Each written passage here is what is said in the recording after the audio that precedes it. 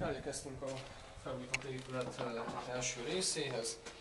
Fotocellás lámpa. Fotocellás lámpával kezdjük az indítást. Amint lehet látni, a régi területet az arcadán felküldték 5 cm-vel magasabbra, mert nem volt teljesen egyenletes. Vadúj csempeburkolatot kapott, ami színben harmonizál az új festéshez. Az egész területet lejjebb húztuk egy 30-40 cm-vel és állványzat került kialakításra. Két különböző világító kör van, az egyik az a spot égők, ami egy ilyen hangulatvilágításnak felel meg igazából, tehát hogyha nem szükség túl nagy fényerőre, akkor ez működik. A másik pedig viszonylag erősebb lesz, 8 darab neoncső biztosítja.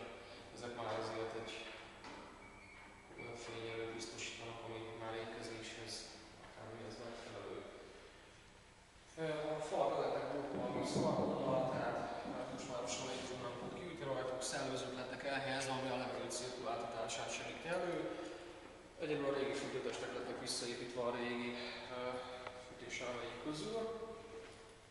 Arra a konyha. És a másik pillanat, itt is egy ajtócsere történt, vadúj festés, egy 10 csík kerül fel a mennyezet alá. Itt is visszaadóan beszélve a falak, szellőzők elhelyezve szintén.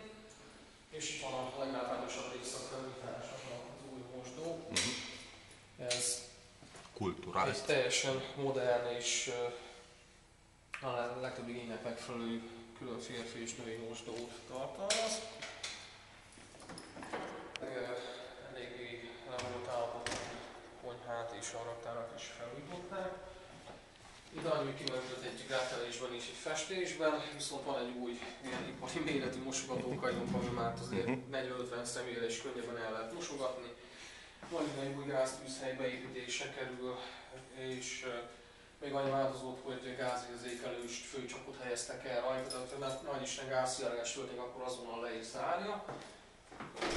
Itt található a raktár, itt pedig 60 fő részére található étkészlet, tehát mély tányér, lapos tányér, kis tányér, evőeszközök, poharak, leveses és sültes tálak, tehát most már ki tudjuk szolgálni az ilyen nagyobb